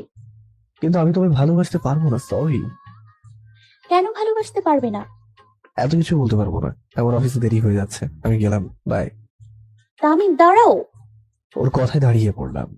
নিজের ব্যাগ থেকে একটা ডায়েরি বের করে আমার হাতে ধরিয়ে দিয়ে বলল, এই ডায়েরিটার ভিতরে আমাদের ছোটবেলার কিছু ছবি রয়েছে, সাথে তোমার সেই লেখাটাও আছে এই ডায়েরির শেষ পাতায়। একবার অন্তত ডায়েরিটা খুলে দেখিও, অনুরোধ করছি। কেন জানি ওর কথাটা ফেলতে পারলাম না, তাই গাড়িটা নিয়ে গাড়িতে এসে বসলাম। তারপর সোজা অফিসে চলে আসলাম। অফিসে এসে কেবিনে বসে বসে ভাবছি মায়ের কথাগুলো। মায়া যা যা বলেছে সব কি সত্যি? ওর কথাগুলো কেন জানি বিশ্বাস হচ্ছে না। হ্যাঁ, এটা ঠিক যে ছোটবেলায় আমজাদ আঙ্কেল আমাদের বাসায় ভাড়ায় থাকতেন, কিন্তু মায়া যা যা বললো তো আমার কিছুতেই বিশ্বাস হচ্ছে না। কিন্তু মায়া মিথ্যাই বা বলবে কেন? তাদের তো লাভ কি মিথ্যা বলে? না, আর কিছু ভাবতে পারছি না। আপাতত এখন কাজে মনোযোগ দিই, রাতে না হয় ঠান্ডা হয়ে সবকিছু ভেবে দেখবো। তারপর কয়েকটা ফাইল নিয়ে দেখতে শুরু করলাম। অফিসে এই দিনটা কেটে গেল। সন্ধ্যা হলে অফিস বন্ধ করে বাসায় চলে আসলাম। তারপর রুমে গিয়ে ওয়াশরুমে ঢুকে ফ্রেশ হয়ে নিলাম। ফ্রেশ হয়ে এসে বিছানায় হেলান দিয়ে মায়ের কথাগুলো ভাবতে লাগলাম। হঠাৎ মনে পড়লো মায়া দেওয়া ডায়েরিটার কথা। মায়া তো বলেছিল একবার ডায়েরিটা খুলে দেখতে। দেখি তো ডায়েরিতে কি এমন আছে। ব্যাগ খুলে ডায়েরিটা খুঁজতে লাগলাম। আরে, ডায়েরি কোথায়? ও শিট, ডায়েরিটা ভুল করে অফিসে রেখে এসেছি। এখন কি করবো তাহলে? থাক, কাল অফিসে গেলে ডায়েরিটা বাসায় নিয়ে আসবো। এখন আপাতত একটু রেস্ট নিই, তাহলে মাথাটা একটু হালকা হবে। রাত 9টার সময় আম্মু এসে খাবারের জন্য ডাক দিয়ে গেলেন। রেস্ট নেওয়ায় মাথাটা অনেক হালকা হয়েছে, তাই উঠে নিচে চলে গেলাম। খাওয়া দাওয়া করে আবারও চলে এসলাম। রুমে এসে কিছুক্ষণ ফেসবুকিং করে ঘুমিয়ে পড়লাম। এইভাবে কেটে গেল আরো কিছুদিন। এই কয়েকদিনে মায়া রিয়া এদের মধ্যে কারোর সাথেই কথা হয়নি। তো আজ সন্ধ্যাবেলায় কেবিনে বসে আছি, এমন সময় মোবাইলটা বেজে উঠলো। হাতে নিয়ে দেখি আব্বু কল করেছে। কিছু না ভেবেই কলটা রিসিভ করলাম। হ্যাঁ আব্বু, বলো। তুমি এক্ষুনি বাসায় চলে আসো। কিন্তু অফিস কে সামলাবে, আর এখন বাসায় এসে কি করবো? আমি ম্যানেজারকে ফোন করে বলে দিয়েছি, সে সামলে নেবে। তোমাকে যা বলছি তাই করো, তাড়াতাড়ি বাসায় আসো। ওকে, আমি আসছি বলেই কলটা কেটে দিলাম। তারপর অফিস থেকে বেরিয়ে গাড়ি নিয়ে বাসায় চলে আসলাম। বাসায় আসতে কিছুটা চমকে উঠলাম। বাসার এই অবস্থা কেন? আজ কারো বিয়ে নাকি বাসায়? কারণ বাসাটা অনেক সুন্দর করে সাজানো হয়েছে, আর চারপাশে লোকজন হাঁটাহাঁটি করছে। আমি আর কিছু না ভেবে গাড়িটা স্টোর হাউসে রেখে বাসার ভেতরে চলে আসলাম। এ কি, এইখানেও লোকজনের ভিড় লেগে আছে দেখছি, কিন্তু বাড়িতে আজ এত মানুষ কেন? এমন সময় কোথা থেকে জানি আব্বু এসে আমার হাত ধরে উপরে নিয়ে আসলেন, আর একটা পাঞ্জাবি আমার হাতে ধরিয়ে দিয়ে বললেন, ফ্রেশ হয়ে এই পাঞ্জাবিটা পরে নিচে চলে এসো তাড়াতাড়ি। আব্বু, এই বাড়িতে সব কি হচ্ছে, আর এত মানুষ কেন? রেডি হয়ে নিচে আসো, সব জানতে পারবে। বলে আব্বু নিচে চলে গেলেন। আমি আর দেরি না করে ফ্রেশ হয়ে পাঞ্জাবিটা পরে নিচে আসলাম। নিচে এসে আব্বুর কাছে চলে গেলাম। আব্বু আমার হাত ধরে একটা টেবিলের সামনে নিয়ে এসে দাঁড় করালেন। দেখলাম টেবিলের মধ্যে একটা বড় কেক রাখা। টেবিলের মধ্যে এত বড় কেক দেখে জিভে তো জল চলে আসলো, কিন্তু বাড়িতে এত মানুষ থাকায় কেকটা থেকে নজর সরিয়ে নিলাম। আপনারা সবাই এসেছেন, এতে আমি অনেক খুশি হয়েছি। আজ আমার ছেলের জন্মদিন, যার জন্য বাড়িতে এই পার্টি রাখা হয়েছে। শুধু জন্মদিন নয়, আজ আরেকটা বিশেষ দিন, যার জন্য এই পার্টির আয়োজন করা হয়েছে। ছেলেকে সারপ্রাইজ দিব বলে ওর জন্মদিনের কথা না জানিয়ে আজকে এই আয়োজন। সাথে আজ আমার ছেলের এঙ্গেজমেন্ট, তাও আমারই বন্ধু শোয়েবের একমাত্র মেয়ের সাথে। রিয়া মামনি, আমার কাছে আসো তো। আব্বুর কথা শুনে যেন নিজের কানকে বিশ্বাস করাতে পারছি না যে আজ আমার এঙ্গেজমেন্ট, তাও রিয়ার সাথে। শুধু জন্মদিনের জন্য পার্টিটা হলে হয়তো সারপ্রাইজড হয়ে যেতাম, কিন্তু আজ আমার এঙ্গেজমেন্ট, এটা শুনে মনে হচ্ছে আমি আর আমার মধ্যে নেই, কোথায় যেন হারিয়ে গিয়েছি। এদিকে কোথা থেকে জানি রিয়া এসে আব্বুর পাশে দাঁড়ালো। রিয়া আজ একটা পিঙ্ক কালারের শাড়ি পরেছে। তারপর আব্বু আমার হাতে একটা আংটি দিয়ে বললেন, এই নাও, এটা রিয়া মামনির হাতে পরিয়ে দাও। কি করবো নিজেই ভেবে পাচ্ছি না। এমন একটা দিন জীবনে আসবে সেটা কল্পনাও করতে পারিনি। কিন্তু আমি তো মায়াকে ভালোবাসি, তাহলে রিয়াকে কেন আংটি পরাবো? বাড়িতে উপস্থিত সবাই আমাদের দিকে তাকিয়ে আছে। কবে আমি রিয়াকে আংটি পরাবো? সবার দিকে এক নজর তাকালাম। তখনই মায়াকে বাড়ির এক কোণায় দেখতে পেলাম। ওর চোখে জল টলমল করছে, যেন এক্ষুনি ও কেঁদে ফেলবে। চোখ ভরা জল নিয়ে অসহায়ের মতো আমাদের দিকে তাকিয়ে আছে। কোনো কিছু না ভেবেই মায়ের দিকে এগোতে লাগলাম। তখনই কে যেন পিছন থেকে আমার হাতটা টেনে ধরে। পিছনে ফিরে তাকিয়ে দেখি রিয়া। আংটি পরবা না নাকি? প্লিজ আমার হাতটা ছাড়ুন, আমি ওর কাছে যেতেই হবে। ওর কাছে মানে? কার কথা বলছো তুমি? রিয়ার কথা শুনে মায়ের দিকে তাকালাম। এ কি, মায়া কোথায়? একটু আগেই তো এখানে দাঁড়িয়েছিল, তাহলে এখন দেখতে পাচ্ছি না কেন? এত কি ভাবছো আর কাকে খুঁজতেছো? শুধু এদিক ওদিক তাকিয়ে মায়াকে খুঁজছে। এইভাবে কাকে খুঁজতেছো? আর রিয়া মামনিকে আংটি পরাচ্ছ না কেন? আব্বু, তোমার সাথে আমার কিছু কথা আছে। যা বলার পরে বলবা, আগে গিয়ে রিয়া মামনিকে আন্টি পড়াও। রিয়া, আপনাকে আমি কিছু বলতে চাই। যা বলার পরে বলবা, আগে আংটি পরাও তো। দেখেন, কথাগুলো খুবই গুরুত্বপূর্ণ, প্লিজ। আংটি পরানোর শেষে তোমার সব কথা শুনবো। দেখো, বাড়িতে উপস্থিত সবাই আমাদের দিকে তাকিয়ে আছে, আগে আংটি পরাও। সবাই আমাদের দুজনের দিকে তাকিয়ে আছে, আর পিছন থেকে আব্বুও বারবার আংটি পরিয়ে দিতে বলছেন। এদিকে রিয়াও ওর হাতটা সেই কখন থেকে আমার সামনে এনে রেখেছে। এক কথায় এখন সব দিক দিয়ে ফেঁসে গেছি। তারপর বাধ্য হয়ে রিয়ার আঙ্গুলে আংটিটা পরিয়ে দিলাম। রিয়াকে আংটি পরানো হয়ে গেলে আব্বু আরেকটা আংটি এনে রিয়ার হাতে দিয়ে বললেন আংটিটা আমায় পরিয়ে দিতে। রিয়া 1 সেকেন্ডও দেরি না করে আংটিটা আমার আঙ্গুলে পরিয়ে দিল। আংটি পরানো হলে উপস্থিত সবাই করতালি বাজিয়ে আমাদের অভিনন্দন করতে লাগলো। তারপর আব্বু একটা ছুরি এনে আমার হাতে ধরিয়ে দিয়ে বললেন, এই নাও, এবার কেক কাটো। আমি কিছু না বলেই ছুরিটা নিয়ে কেক কাটতে লাগলাম। সবাই আমাকে জন্মদিনে উইশ করছে। কেকটা কেটে আম্মুকে খুঁজতে লাগলাম। দেখলাম আম্মু আমার পাশেই দাঁড়িয়ে আছেন। এতক্ষণ ধরে খেয়াল করিনি, কারণ মাথায় কিছুই কাজ করছিল না। তারপর আম্মুর কাছে গিয়ে আম্মুকে কেকের পিসটা খাইয়ে দিলাম। এরপর আব্বুকে সাথে মিলিও একটু কেক কেটে আমাকে খাইয়ে দিল। সবাইকে তো কেক খাইয়ে দিলে, আমাকে খাইয়ে দেবে না? রিয়ার কথা শুনে কি করবো আমি বুঝে উঠতে পারছি না। কি হলো, রিয়া মামনিকে কেক খাইয়ে দাও। দিচ্ছি বলে একটু কেক কেটে রিয়াকে খাইয়ে দিলাম। রিয়াও একটু কেক কেটে আমায় খাইয়ে দিল। যদিও ওর হাতে কেক খাওয়ার কোনো ইচ্ছাই ছিল না, বাট এত মানুষের সামনে যদি ওর হাতের কেক না খায় তাহলে অন্যরকম দেখায়, তাই খেতেই হলো। পার্টিতে আব্বুর অনেক বন্ধুরা এসেছেন, আমজাদ আঙ্কেলও এসেছেন ওনার ফ্যামিলি নিয়ে। বাট মায়া কোথায়? তাকে তো কোথাও দেখছি না। সারা বাড়ি মায়াকে খুঁজতে লাগলাম, বাট কোথাও পেলাম না। হতাশ হয়ে রুমে চলে আসলাম। পার্টিতে আসা লোকেদেরকে এখন খাওয়ানো হচ্ছে। রুমে বসে আছি, এমন সময় মিলি এসে রুমে ঢুকলো। এই দেখো, আমি তোমার সারা বাড়ি খুঁজে বেড়াচ্ছি আর তুমি এখানে বসে আছো। আমায় কেন খুঁজছিস? তোমার জন্মদিনের গিফটটা দিব বলে। লাগবে না তোর গিফট, যা ভাগ এখান থেকে। বারে, আজ আমার ভাইয়ার জন্মদিন আর আমি তাকে গিফট দিব না? এটা কি করে হয়? কিছু বললাম না। এই নাও তোমার গিফট। একটা বক্সে গিয়ে দিয়ে মিলি বললো কথাটা। আমি তাকে বললাম, কি আছে এতে? খুলেই দেখো না। কিছু না বলে বক্সটা খুলতে লাগলাম। বক্সটা খুলতে আমি কিছুটা অবাক হয়ে গেলাম, কারণ বক্সের ভিতরে একটা সুন্দর হাত ঘড়ি রাখা। ঘড়িটার ভিতরে নিজের নাম দেখতে পেয়েও আরো অবাক হয়ে গেলাম। কি হলো, ঘড়ি পছন্দ হয়নি? একটু না, কি সব ফালতু ঘড়ি এনে দিয়েছিস? এইসব ঘড়ি মানুষে পরে? হ্যাঁ, সত্যি তোমার পছন্দ হয়নি? বললাম তো না, নিয়ে যা তোর ঘড়ি। বলে ঘড়িটা আমি বিছানার উপরে ফেলে দিলাম। কিছু না বলে ঘড়িটা তুলে ঘর থেকে চলে যেতে লাগলো। তখনই আমি পেছন থেকে মিলির হাত ধরে ফেলি। ওই, কোথায় যাস? যেখানে ইচ্ছা সেখানে যাব, তাতে তোর কি? হাত ছাড় আমার। যাওয়ার আগে আমার ঘড়িটা তো দিয়ে যা। কেন দেবো? হ্যাঁ, ঘড়িটা তো তোর পছন্দ হয়নি, তাহলে ঘড়ি নিয়ে কি করবি? কে বললো পছন্দ হয়নি? আমার বোন নিজে আমার জন্য ঘড়ি কিনেছে, সেটা আমার পছন্দ হবে না কেন? তাহলে আগে কেন বললি যে ঘড়িটা তোর পছন্দ হয়নি? ওটা তো তোকে রাখানোর জন্য বলছিলাম। কুত্তা, বান্দর, হনুমান, বিলাই, ইঁদুর, জানিস তোর কথা শুনে আমার কতটা কষ্ট পেয়েছি। কতটা পেয়েছিস বল একটু শুনি। এখন কিন্তু বেশি হয়ে যাচ্ছে। ওকে ওকে ওকে, সরি, আর এমনটা হবে না। এবার আমার ঘড়িটা হাতে লাগিয়ে দে, দেখি কেমন লাগে। হাত দাও, আমি পরিয়ে দিচ্ছি। কিছু না বলে হাতটা এগিয়ে দিলাম। মিলিও আমার হাতে ঘড়িটা পরিয়ে দিল। বাহ, খুব সুন্দর ঘড়ি তো। তা ঘড়িতে আমার নাম দিলে কিভাবে? আর ঘড়ি কেনা টাকা বা পেলি কোথায়? যে দোকান থেকে ঘড়ি কিনেছি সেই দোকানের আঙ্কেলকে অনেক রিকোয়েস্ট করে ঘড়ির ভেতরে তোমার নামটা দিয়েছি। আর কয়েকদিন আগে যে তোর থেকে টাকা মেরে নিয়েছিলাম সেই টাকা থেকেই ঘড়িটা কিনেছি। হ্যাঁ, তুই তো অনেক বড় মাপের বাটপার। আমার টাকা নিয়ে আমাকে ঘড়ি গিফট দিস। তুমি তো আমায় টাকা দাও না, তাই একটু বাটপারি করেই টাকা নিতে হলো। আর ঘড়ির পেছনে অর্ধেক টাকাই খরচ হয়ে গেছে। 200 টাকা দিতে হয়েছে দোকানদারকে ঘড়ির ভেতরে তোমার নাম দিতে। সব মিলিয়ে 1000 টাকা খরচ হয়েছে, আর বাকি টাকা আমি খেয়ে ফেলেছি। সারাদিন তো ঘরে বসে বসে খেতেই থাকিস, তো এত তাড়াতাড়ি এত টাকা কিভাবে খেলি? যেভাবে ইচ্ছা সেভাবে খেয়েছি। সব তোমায় ভাঙিয়ে বলতে হবে নাকি? হ্যাঁ, বলতেই পারি, সেটা প্রবলেম কি? হুম, বলা যাবে না। ওকে, বলা লাগবে না।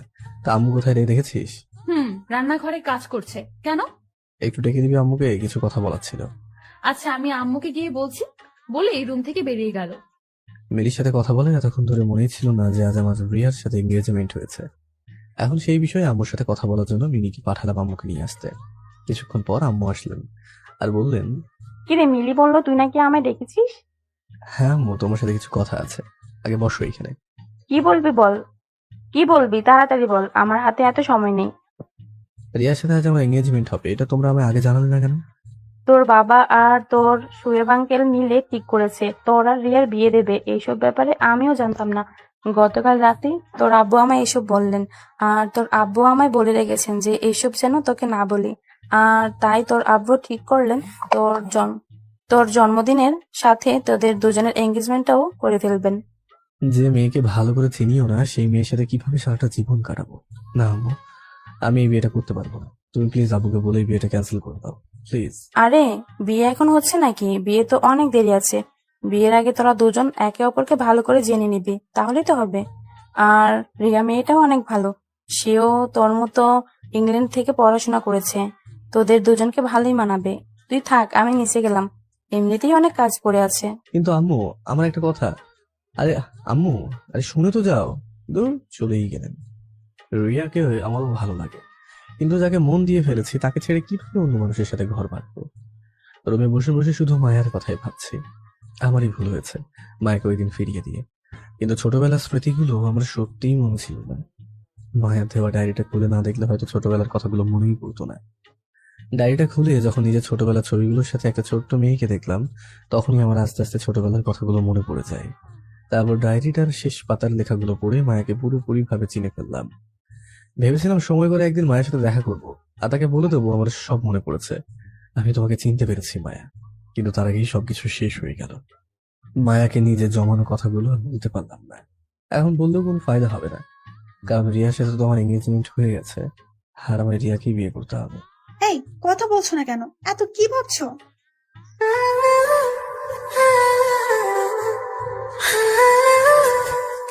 হালকা ধাক্কা দিয়ে আমায় হঠাৎ কারো ধাক্কায় বাস্তবে ফিরলাম। সামনে তাকিয়ে দেখি রিয়া দাঁড়িয়ে আছে। হ্যাঁ, তারপরে কিছু না। আপনি এখানে কখন আসলেন? অনেক আগেই এসেছি, আর এসে দেখলাম তুমি গভীর মনোযোগ দিয়ে কি যেন ভাবছো। তা এতক্ষণ কি ভাবছো? রিয়াকে কি মায়ের কথা বলে দেবো? এখনো তো সময় আছে, চাইলেই সবকিছু আগের মতো করা যাবে। কিন্তু মায়ের কথা বলায় রিয়া যদি না মানে, তাহলে একবার বলেই দেখি রিয়াকে কিছু হয় কিনা। হ্যাঁ, আবার কি ভাবছো? হ্যাঁ, না আসলে আপনাকে আমার কিছু কথা বলার ছিল। আমি জানি তুমি আমায় কি বলবে। এটাই তো বলবে যে হুট করে এনগেজমেন্ট হয়, তুমি আমায় মেনে নিতে পারছো না, তাই তো? সমস্যা নেই, আমরা না হয় আগে একে অপরকে ভালো করে চিনবো, তারপর বিয়ে করব। আর তুমি এখন থেকে আমায় তুমি করে বলবে, ওকে? আর এনগেজমেন্ট যেহেতু হয়ে গেছে, সো বিয়ে তোমাকে আমায় করতেই হবে। প্রথমে ভেবেছিলাম রিয়া আমার আর মায়ের ব্যাপারটা বুঝতে পেরেছে, কিন্তু তার এমন কথা শুনে বুঝে ফেলেছি সে আমায় এত সহজ ছেড়ে দেবে না। হয়তো রিয়াও আমাকে মায়ের মতো ভালোবাসে, কিন্তু আমি যাকে ভালোবাসি না তাকে কিভাবে বিয়ে করব? কিভাবে তাকে নিয়ে সারাটা জীবন পার করব? দুজনের মধ্যে যদি একজনের ভালোবাসার কমতি থাকে তাহলে সেই ভালোবাসাটা পূর্ণতা পায় না। আমাদেরও হয়তো পাবে না, কারণ আমি মায়াকে ভালোবাসি, আর আমার সবটা জুড়েই মায়া রয়েছে। এই তুমি আবার কি ভাবছো? তোমাকে কাছে আসার পর থেকেই দেখছি তুমি কি যেন ভেবে যাচ্ছ। এত কি ভাবছো বলো তো আমায়? হঠাৎ রিয়ার কথায় ভাবনা জগৎ থেকে বাস্তবে ফিরলাম। না মানে কই কিছু ভাবছি না তো। কিছু তো একটা ভাবছো, বলো আমায় কি ভাবছো? রিয়াকে কি মায়ের কথা বলে দেবো? না, আমার মনে হয় না যে মায়ের কথা শুনে রিয়াই বিয়েটা আটকাবে। আগে জেনে নিই রিয়া আমাকে বিয়ে করতে রাজি হলো কিভাবে। এই আবার কি ভাবছো? আপনাকে একটা কথা জিজ্ঞেস করবো, তার উত্তর দেবেন? কি কথা বলো? আমরা তো একে অন্যকে তেমন ভালো করে চিনি না, তাহলে আপনি আমায় বিয়ে করতে রাজি হলেন কেন? কারণ আমি তোমায় ভালোবাসি তাই। একজনের ব্যাপারে কিছু না জেনেই তাকে কিভাবে ভালোবাসলেন? বলছি শোনো, মনে আছে একদিন তুমি আমায় রাস্তায় কয়েকটা বখাটের হাত থেকে বাঁচিয়েছিলে? মনে আছে তো। ওই দিন তুমি না থাকলে হয়তো আজ আমি সমাজে মুখ দেখাতে পারতাম না। রুমে বসে সারা রাত তোমার কথাই ভেবেছিলাম। তখনই আমি তোমায় একটু একটু ভালোবাসতে শুরু করি, আর এখন থেকে তোমাকেও আমায় ভালোবাসতে হবে। কিন্তু হুট করে আজ আমাদের এঙ্গেজমেন্ট হলো কেন? আমি তো কিছুই বুঝতে পারছি না। কিছুদিন আগে আমার আব্বু আর তোমার আব্বু মিলে ঠিক করেন যে আমাদের বিয়ে দেবেন, আর তোমার জন্মদিনও এসে পড়েছিল। তাই তোমার আব্বু ঠিক করলেন যে তোমার জন্মদিনে সেই দিনই আমাদের এঙ্গেজমেন্ট করিয়ে ফেলবে। এসব আমি আব্বুর কাছ থেকেই শুনেছি, আর তোমার আব্বুকেও আমি বলে রেখেছি উনি যেন এইসব বাসায় কাউকে না বলেন। কেন না করেছিলেন? তোমায় সারপ্রাইজ দেবো বলে। বাহ, কি সারপ্রাইজ! এমন সারপ্রাইজ দিলি যেটা আমার দুনিয়াটা উল্টে কেন রে। আমি মনে মনে ভাবতে থাকলাম। আবার কি ভাবছো? কাজটা আপনি মোটেও ঠিক করেননি। আমাকে একবার ওই বিষয়ে জানালে কি হতো?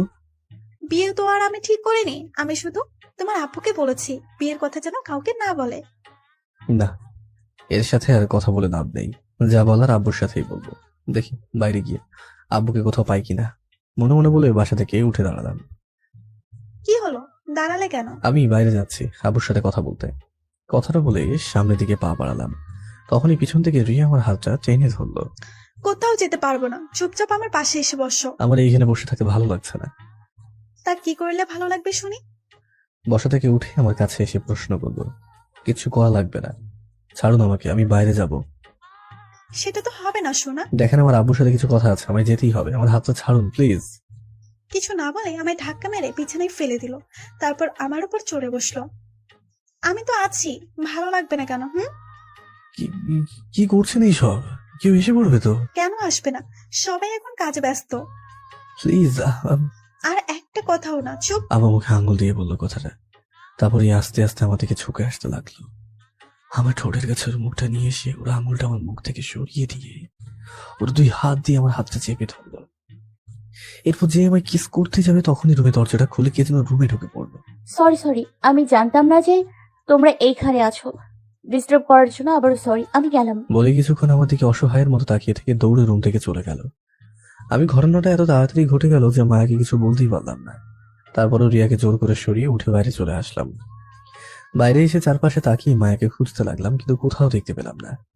এখনই তো রুম থেকে বাইরে আসলো, তাহলে গেল কোথায়? মায়া এই সময় নিশ্চয়ই কোনো নিরিবিলি জায়গায় হবে, কিন্তু কোথায়? অনেকক্ষণ ধরে ভাবার পর মনে হলো বাসায় এখন নিরিবিলি জায়গা হলে একটাই হবে, আর সেটা হলো ছাদ। মায়া তাহলে ছাদে যায়নি তো, একবার গিয়ে দেখি পাই কিনা। তারপরে কিছু না ভেবে সোজা ছাদে চলে আসলাম। ছাদে এসে মায়াকে খুঁজতে লাগলাম। তাহলে আমার ধারণাটাই ঠিক হলো, মায়া ছাদের এক কোণে দাঁড়িয়ে আছে। আমি গিয়ে ওর পিছনে দাঁড়ালাম। মায়া ওর কাঁধে হাত দিয়ে বললাম। মায়া হঠাৎ কাঁধে কারো স্পর্শ পেয়ে চোখ মুছে পিছনে তাকালো, দেখলো আমি দাঁড়িয়ে আছি। তখন ওইভাবে চলে আসলে কেন? তুমি এখানে কি করছো? তোমার হবু বউ রিয়া তোমায় আমার সাথে দেখলে রাগ করবে তো। ফালতু কথা না বলে যেটা জিজ্ঞেস করেছি সেটার উত্তরটা দাও। ওই সময় তোমাদের রোমাঞ্চকর মুহূর্ত চলছিল, ওইখানে আমি থেকে কি করব? মায়া বিশ্বাস করো, তুমি যে ভাবছো তার কিছুই হয়নি। আসলে রিয়া আমায় চোখের সামনে এমন কিছু দেখলে যে কেউই বুঝতে পারবে কি হচ্ছে। সব সময় চোখে দেখাটা সঠিক হয় না মায়া। তোমার হবু বউয়ের সাথে তুমি যা ইচ্ছা তাই করবা। আমি কি তোমায় বলেছি নাকি যে ওর থেকে দূরে দূরে থাকতে? মায়া প্লিজ স্টপ। বারবার হবু বউ করছো কেন? ওকে আমি এখনো মেনে নিইনি, বিয়ে তো দূরের কথা। কারণ আমি তো শুধু তো, সে আমাকে বলতে না দিয়ে বললো। ওর সাথে যেহেতু তোমার এনগেজমেন্ট হয়েই গেছে, তাহলে বিয়েটাও তো ওর সাথেই হবে, তাই না? এখন মেনে না নিলেও বিয়ের পরে ঠিকই মেনে নিবা।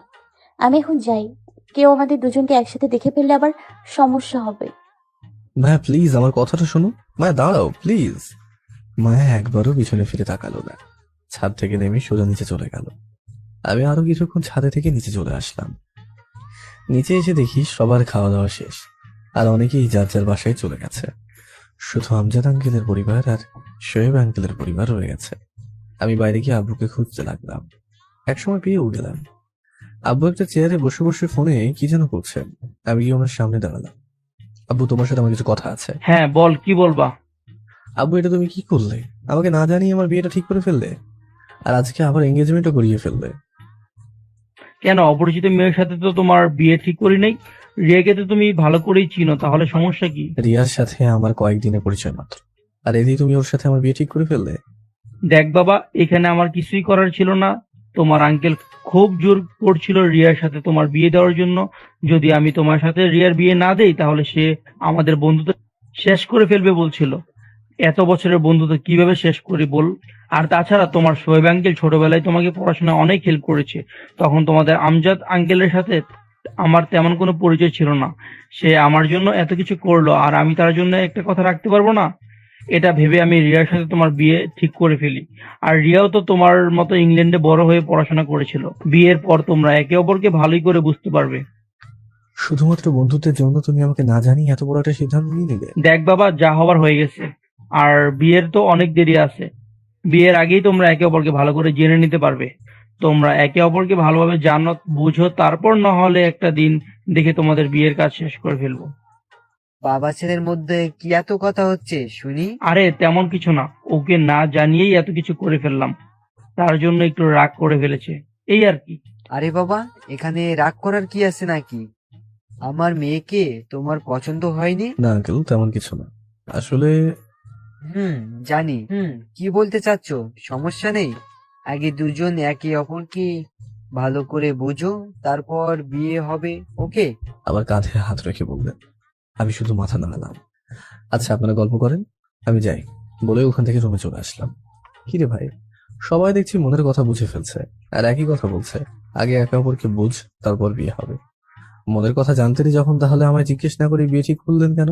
হ্যাঁ, আমি মনে মনে এইসবই ভাবতে লাগলাম। কিছুক্ষণ পর আম্মু রুমে এসে খাবারের জন্য ডাক দিয়ে গেলেন।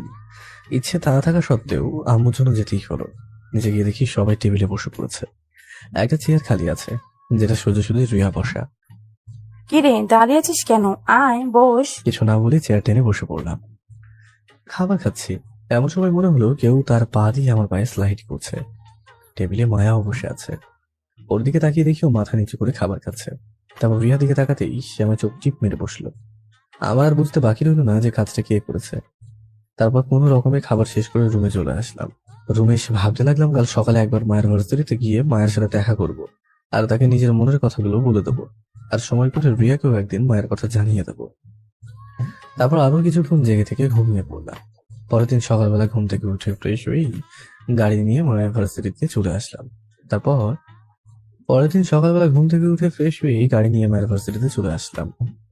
তারপর ভার্সিটির ভিতরে ঢুকে মায়াকে খুঁজতে লাগলাম, কিন্তু মায়াকে পেলাম না। হঠাৎ এক জায়গায় মায়ের কয়েকটা বান্ধবীকে দেখতে পেলাম। দেখি, ওদের জিজ্ঞেস করি মায়া কোথায়। হাই আপুরা, কেমন আছেন? মায়ের বান্ধবীরা আমাকে দেখি অবাক হয়ে গেল। তারপর তাদের মধ্যে থেকে একজন বলে উঠলো, আরে দুলা ভাই, আপনি এখানে? তা হঠাৎ কি মনে করে আমাদের দেখতে আসলেন? আমাদেরকে মিস করছিলেন বুঝি? আরে না, আসলে ও বুঝেছি, আমাদেরকে ঘুরতে নিয়ে যাওয়ার জন্য এসেছেন, তাই না? হ্যাঁ, এসব কি বলছেন? আগে আমার কথাটা তো শুনেন। আরে থাম, দুলা ভাইকে বলতে দে, দেখি উনি কি বলেন। হ্যাঁ দুলা ভাই বলেন, কি বলবেন? বলছে মায়াকে আজ ভার্সিটিতে আসেনি, কোথাও দেখছি না যে। না, মায়া তো আজ ভার্সিটিতে আসেনি। ওকে ফোন করে ভার্সিটিতে আসার কথা বললে সে বলল তার নাকি আজ শরীর খারাপ, তাই আসবে না। শরীর খারাপ মানে? কি হয়েছে ওর? সেটা তো বলে নাই, শুধু বলেছে শরীর খারাপ, তাই ভার্সিটিতে আসবে না। ও আচ্ছা, তাহলে ভালো থাকেন, আমি গেলাম। মায়ের ব্যাপারে আপনি আমাদের জিজ্ঞাসা করছেন কেন? আপনি কি মায়ের সাথে কথা বলেন না? হ্যাঁ বলি তো, বাট সে আমার ফোন ধরছিল না দেখে ভাবলাম হয়তো ভার্সিটিতে চলে এসেছে, তাই ওকে খুঁজে এখানে চলে আসলাম। একটু মিথ্যা কথা বললাম আমাদের সামনে। কেন, দুজনের মধ্যে ঝগড়া হয়েছে বুঝি? আরে না না, ঝগড়া হবে কেন? শরীর খারাপের জন্য হয়তো ফোনটা ধরেনি। আচ্ছা আমি তাহলে যাই, আমার আবার অফিসে দেরি হয়ে যাচ্ছে। কথাগুলো বলে ওদেরকে আর কিছু বলতে না দিয়ে ভার্সিটি থেকে বের হয়ে গাড়িতে এসে উঠে বসলাম। তারপর গাড়িটা স্টার্ট দিয়ে সোজা অফিসে চলে এলাম। কেবিনে বসে বসে ভাবছি মায়াকে একবার ফোন দিয়ে দেখি ওর হয়েছেটা কি। ফোনটা হাতে নিয়ে দিলাম মায়ের নাম্বারে কল। কয়েকবার রিং হয়ে কেটে গেল, কিন্তু মায়া ফোনটা ধরলো না। আবারও দিলাম, বাট এবারও কল ধরলো না। মনের মধ্যে একটা চিন্তা চলে আসলো, তাহলে কি সত্যি মায়া অসুস্থ? অসুস্থ না হলে তো অবশ্যই কলটা রিসিভ করতো। এদিকে কয়েকটা ফাইলও পড়ে আছে কেবিনে, চেক করার বাকি আছে, এখনো করা হয়নি। না, আর কল দিয়ে লাভ নেই, পরে না হয় আরেকবার গিয়ে দেখবো। এখন আপাতত ওই ফাইলগুলো চেক করে দিই, সব ঠিকঠাক আছে। ফাইল চেক করতে করতে লাঞ্চ টাইমে চলে আসলো।